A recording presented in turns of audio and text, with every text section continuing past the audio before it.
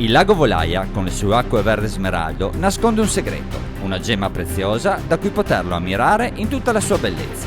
Oggi vi portiamo sulla cima del Raukofen.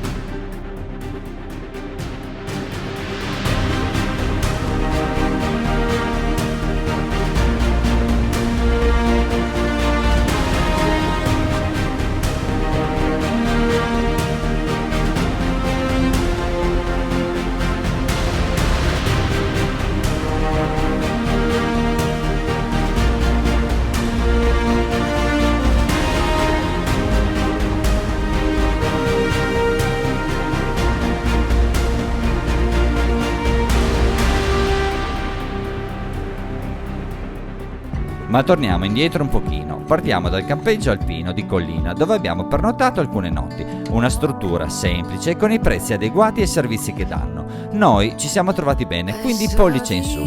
Arriviamo a piedi a Rifugio Tolazzi e da lì prendiamo il sentiero CAI 144 che ci porterà a Rifugio Lambertenghi.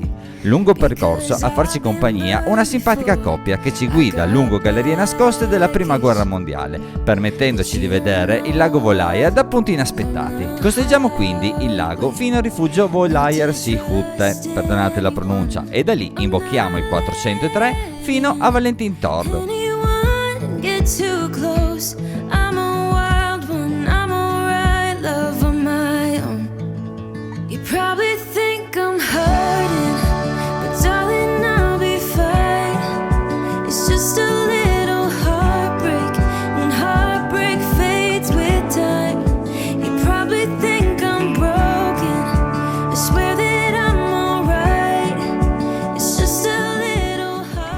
Una volta raggiunta la sella, un breve tratto dell'imbocco con il 437 è un po' impegnativo e vi è richiesta attenzione e prudenza.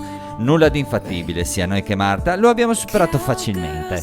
Allora, giusto per farvi capire, noi dobbiamo arrivare esattamente qui.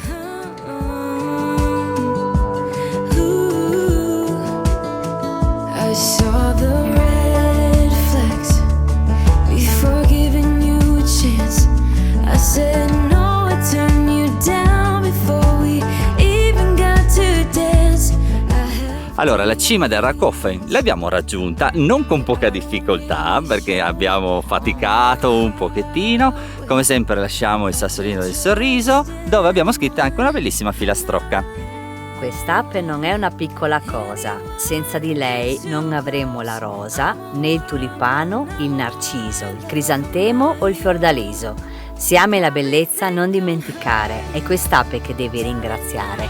Ecco, noi questo sassolino qua l'abbiamo fatto perché volevamo sensibilizzare il fatto, non so se vi siete resi conto, che quest'anno in estate di api ne abbiamo viste sempre di meno e non è una bella cosa, anzi è un bruttissimo segnale.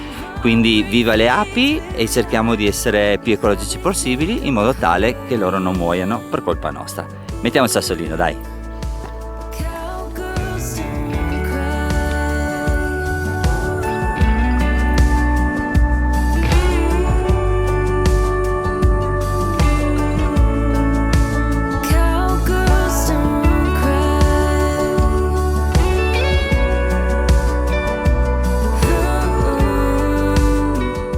A rientro prendiamo il sentiero 438 che ci riporterà prima al lago Volaia e poi a ritroso fino al rifugio Tolazzi. Alla sera, come premio, ci siamo regalati una cenetta presso l'osteria Staipo da Canobio dove abbiamo mangiato bene in un'atmosfera romantica e accogliente, quindi ve lo consigliamo.